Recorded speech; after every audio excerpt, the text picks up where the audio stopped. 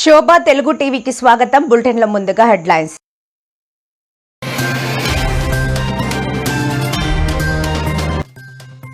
కాంగ్రెస్ ప్రభుత్వం అధికారంలోకి వచ్చి 2 ఏళ్లు పూర్తి చేసుకోబోతున్న సందర్భంగా డిసెంబర్ 1 నుంచి జిల్లాల పర్యటనకు సిద్ధమవుతున్న సీఎం రేవంత్ రెడ్డి.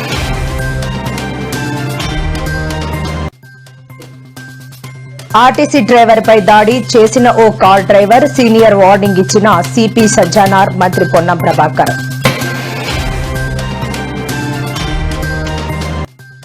అండగా ఉంటాం, సౌదీ బస్సు ప్రమాద మృతుల కుటుంబాలకు భరోసా ఇచ్చిన కేటీఆర్.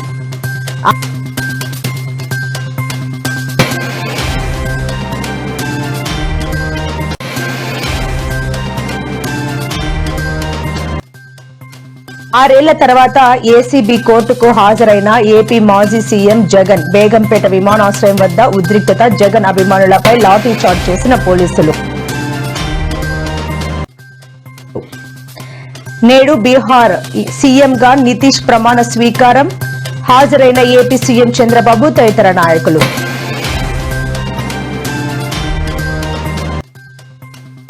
ఏపీకి మరో తుఫాన్ ముప్పు, 3 రోజుల పాటు వర్షాలు వెల్లడించిన ఐఎండీ అధికారులు.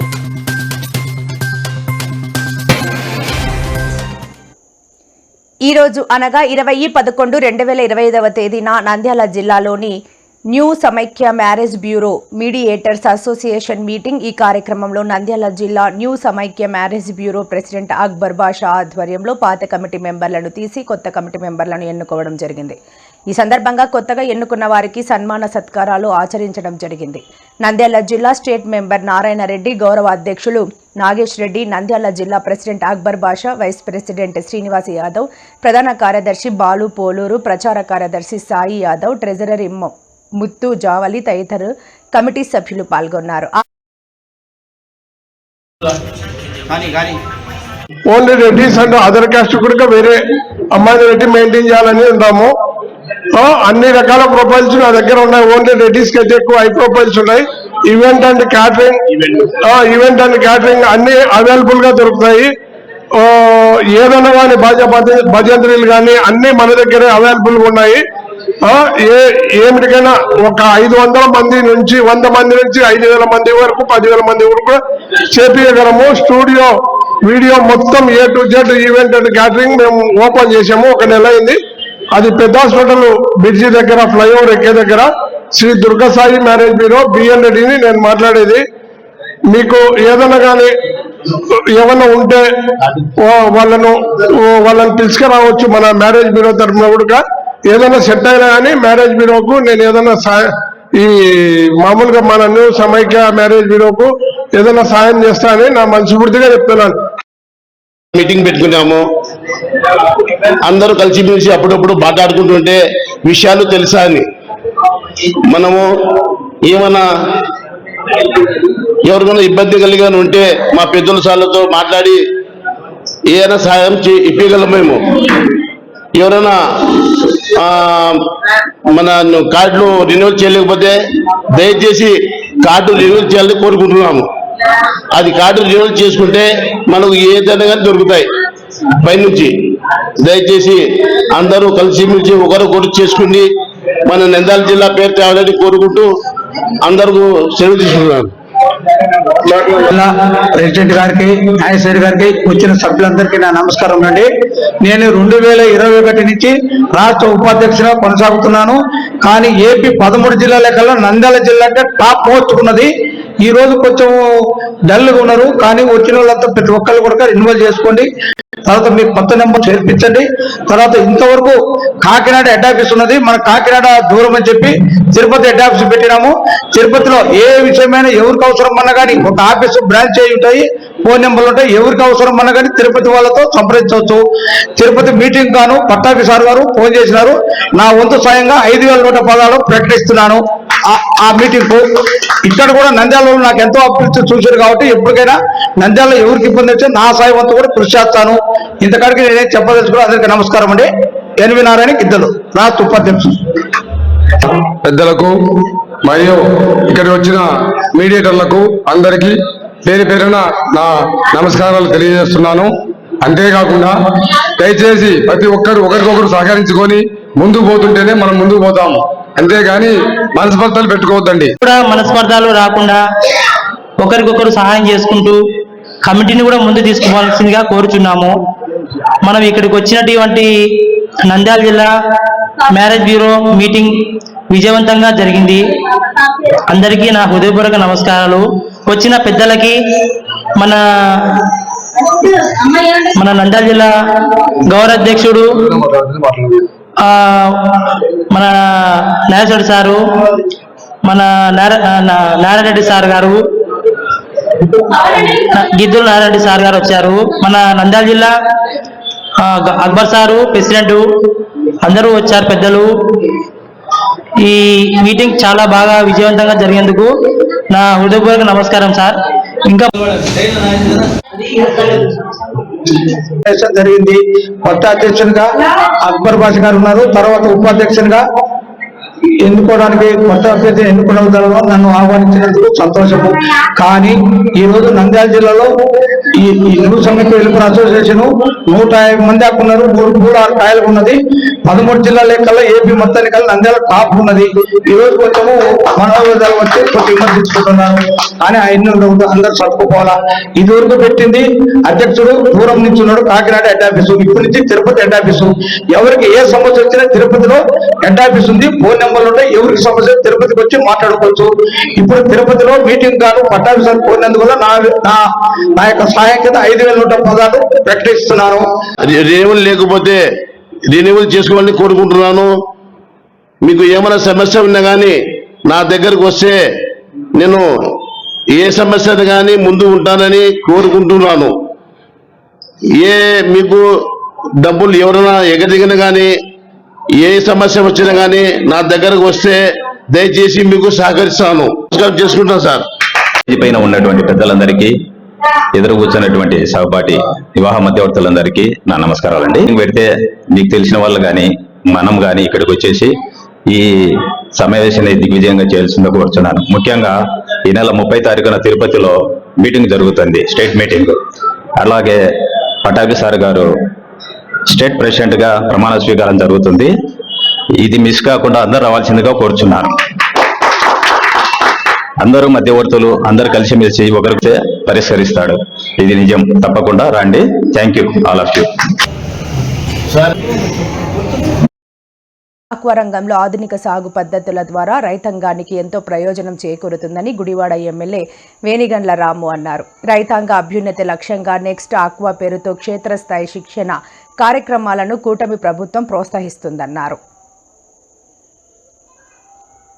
బాపులపాడు లోని aqua exchange agritech private limited సంస్థలో ఎమ్మెల్యే వేణిగండ్ల రాము గురువారం పర్యటించారు. ఎమ్మెల్యే రాముకు సంస్థ ఫౌండర్లు ఘన స్వాగతం పలికారు. అనంతరం అగ్రిటెక్ ప్రైవేట్ లిమిటెడ్ ల్యాబ్ ఆధునిక మిషనరీలను ఎమ్మెల్యే రాము పరిశీలించారు. అత్యాధునిక ఆక్వా సాగు పద్ధతులను నెక్స్ట్ ఆక్వా పేరుతో ఎక్స్పర్ట్స్ ఎమ్మెల్యే రాముకు పవర్ పాయింట్ ప్రజెంటేషన్ ద్వారా వివరించారు. అనంతరం ఆక్వా నిపుణులతో సమావేశమైన ఎమ్మెల్యే రాము పలు అంశాలపై వారితో మాట్లాడారు.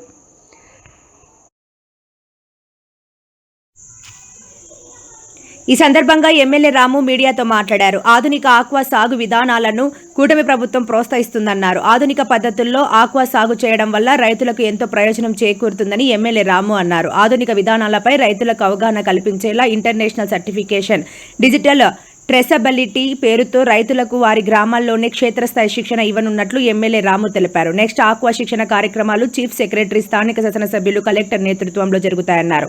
ఆక్వాకు నిలయమైన నందివాడ మండలంలో మొదట విడతగా 6 గ్రామాల్లోని సన్న, చిన్నకారు రైతులకు శిక్షణ ప్రారంభిస్తున్నామని, రానున్న రోజుల్లో నియోజకవర్గంలోని ఇతర గ్రామాల్లో కూడా శిక్షణ కార్యక్రమాలు జరుగుతాయని ఎమ్మెల్యే రాము తెలిపారు. ఈ అవకాశాన్ని రైతులు సద్వినియోగం చేసుకుని ఆర్థిక ప్రగతి సాధించాలని ఎమ్మెల్యే రాము సూచించారు. ఆక్వా ఎక్స్చేంజ్ సంస్థ ఫౌండర్స్ కోసరాజు, పవన్ కృష్ణ, ఆక్వా నిపుణులు కిరణ్, హేమ్ సుందర్, కరీం, గుడివాడ జనసేన ఇన్ఛార్జ్ బూరగడ్డ శ్రీకాంత్, టీడీపీ నాయకులు పడ్రాజు, సాంబశివరావు, చేకూరు జగన్మోహన్ రావు, అరికేపూడి శ్రీనివాస్, యార్లగడ్డ రవి, పలువురు ఆక్వా నిపుణులు తదితరులు పాల్గొన్నారు.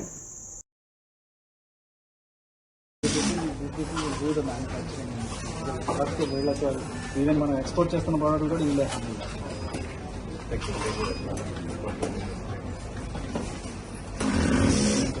వేరే వాళ్ళ విలేజెస్, కొత్త విలేజెస్ మాకు వస్తాయి.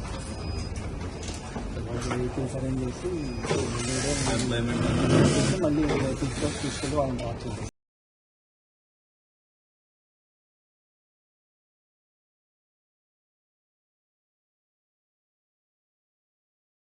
తెలంగాణ రాష్ట్రంలో కాంగ్రెస్ ప్రభుత్వం అధికారంలోకి వచ్చి 2 ఏళ్లు పూర్తి చేసుకోబోతున్న విషయం తెలిసిందే. ఈ క్రమంలో డిసెంబర్ నెలలో భారీ స్థాయిలో ప్రజాపాలన ఉత్సవాలను నిర్వహించేందుకు కాంగ్రెస్ ప్రభుత్వం సిద్దమైంది. ఈ నేపథ్యంలో సీఎం రేవంత్ రెడ్డి డిసెంబర్ 1 నుంచి జిల్లాల పర్యటన ప్రారంభించనున్నారు. నారాయణపేట జిల్లా మక్తల్ నుంచి మొదలు కానున్న ఈ పర్యటన డిసెంబర్ 7 వరకు కొనసాగనుంది. పర్యటనలో భాగంగా వివిధ జిల్లాల్లో పలు అభివృద్ధి కార్యక్రమాల ప్రారంభోత్సవాలు, శంకుస్థాపనలు నిర్వహించడంతో పాటు ప్రజా సభలలో సీఎం రేవంత్ రెడ్డి పాల్గొననున్నారు.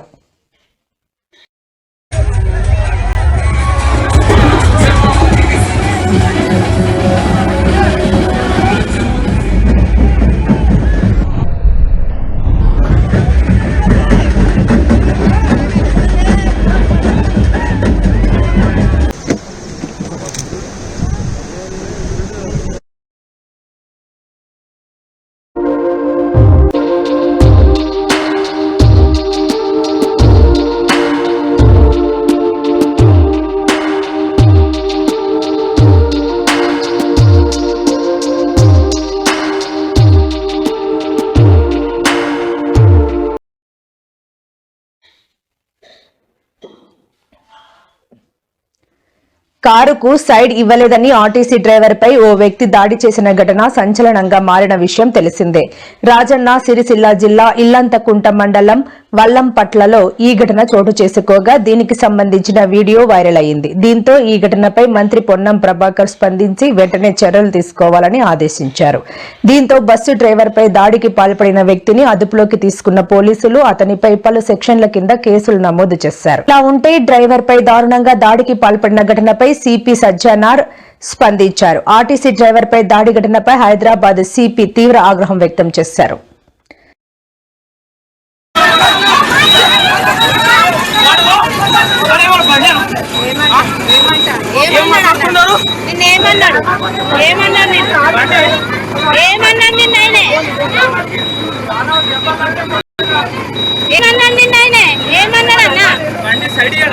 ఇయ్యలేదా నీకు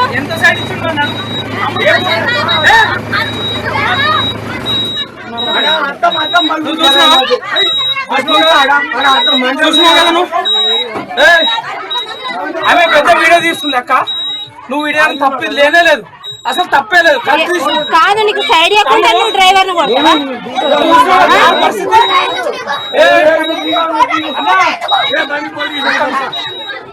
పోలీస్ స్టేషన్ అన్న నీకు side police station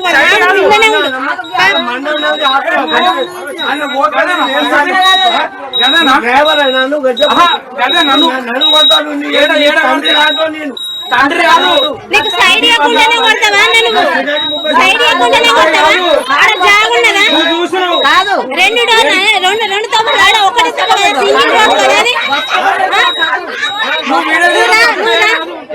police station police station రావాలి. తెలుస్తారా?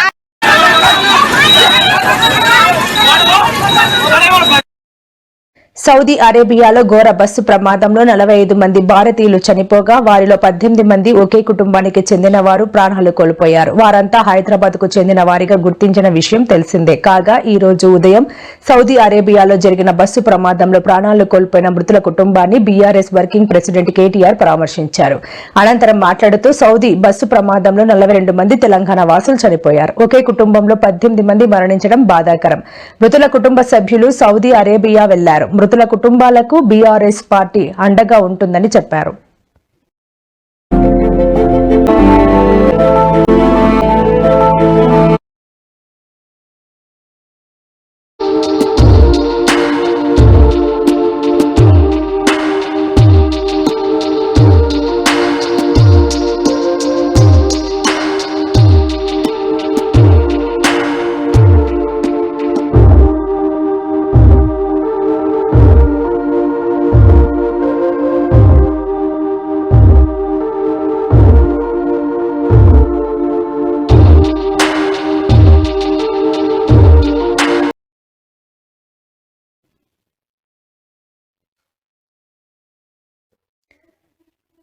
రాష్ట్రంలో కేంద్రంలో కుట్రపూరిత కక్ష సాధింపు రాజకీయాలు నడుస్తున్నాయి. ఎవరి మీద అయినా ఎందుకైనా కేసులు పెడుతూ ఇబ్బందులు పెడుతున్నారు. అందుకు తానే పెద్ద ఉదాహరణ అని ఇప్పుడు కేటీఆర్ బలమవుతున్నారని ఎమ్మెల్సీ కవిత అన్నారు. జాగృతి జనం బాట కార్యక్రమంలో భాగంగా గురువారం ఎమ్మెల్సీ కవిత శేరిలింగంపల్లి నియోజకవర్గం పరిధిలోని మియాపూర్ డివిజన్ పిఏ నగర్ లో పర్యటించారు.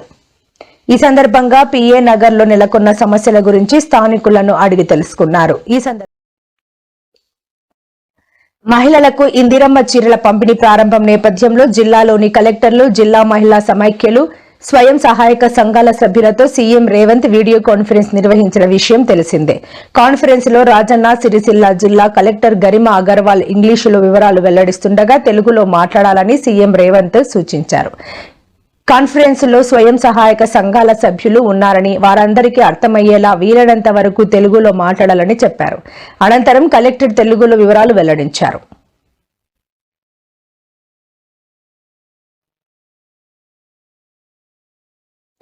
అక్రమాస్తుల కేసులో ఏపీ మాజీ సీఎం జగన్మోహన్ రెడ్డి నాంపల్లిలోని ఏసీబీ కోర్టుకు హాజరయ్యేందుకు వచ్చారు. ఈ మేరకు తన పార్టీ కార్యకర్తలు పెద్ద ఎత్తున తరలి రావాలని ముందస్తుగానే పిలుపునివ్వడంతో బేగంపేట విమానాశ్రయం వద్దకు వందల సంఖ్యలో వైసీపీ నేతలు, జగన్ అభిమానులు చేరుకున్నారు.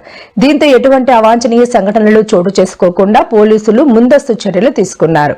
అయితే జగన్ విమానాశ్రయానికి చేరుకోగానే బారికేడ్లను దాటుకుని వెళ్లేందుకు ప్రయత్నించారు. దీంతో వారిని పోలీసులు అడ్డుకోవడంతో ఒక్కసారిగా ఉద్రిక్త వాతావరణం నెలకొంది.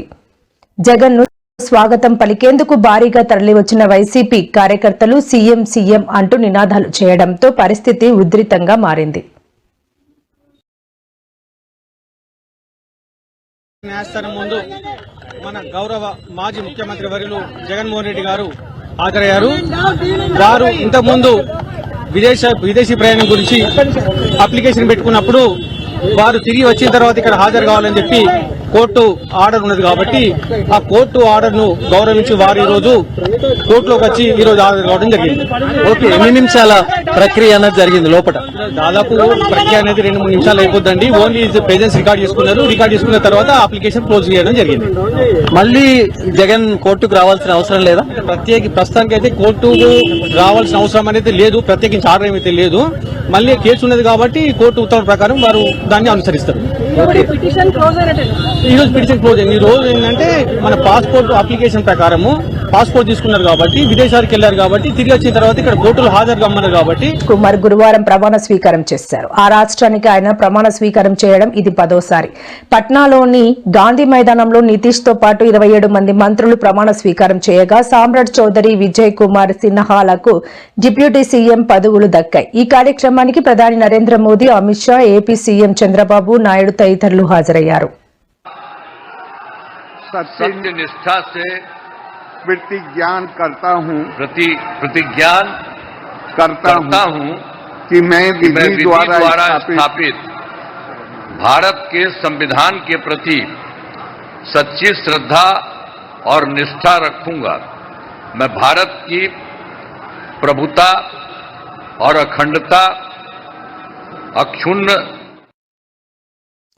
ఆంధ్రప్రదేశ్ రాష్ట్ర ప్రజలకు బిగ్ అలర్ట్. మళ్లీ ఆంధ్రప్రదేశ్ రాష్ట్రానికి తుఫాను ముప్పు పొంచి ఉన్నట్లు అమరావతి వాతావరణ శాఖ హెచ్చరికలు జారీ చేసింది. ఈ నెల 22వ తేదీన ఆంగ్లేయ బంగాళాఖాతంలో అల్పపీడనం ఏర్పడే ఛాన్సులు ఉన్నట్లు ఈ సందర్భంగా వెల్లడించింది. ఆ తర్వాత 48 గంటల్లో అది మరింత బలపడుతుందని స్పష్టం చేసింది. ప్రస్తుతం నైరుతి బంగాళాఖాతంలో అల్పపీడనం కొనసాగుతున్నట్లు వివరణ ఇచ్చింది. వాతావరణ శాఖ దీని ఎఫెక్ట్ తో ఏపీలో నేటి నుంచి 3 రోజుల పాటు వర్షాలు పడనున్నట్లు వాతావరణ శాఖ స్పష్టం చేసింది. ముఖ్యంగా రేపు ప్రకాశం, నెల్లూరు, తిరుపతి, చిత్తూరు జిల్లాల్లో తేలికపాటి నుంచి భారీ వర్షాలు పడతాయని పేర్కొంది.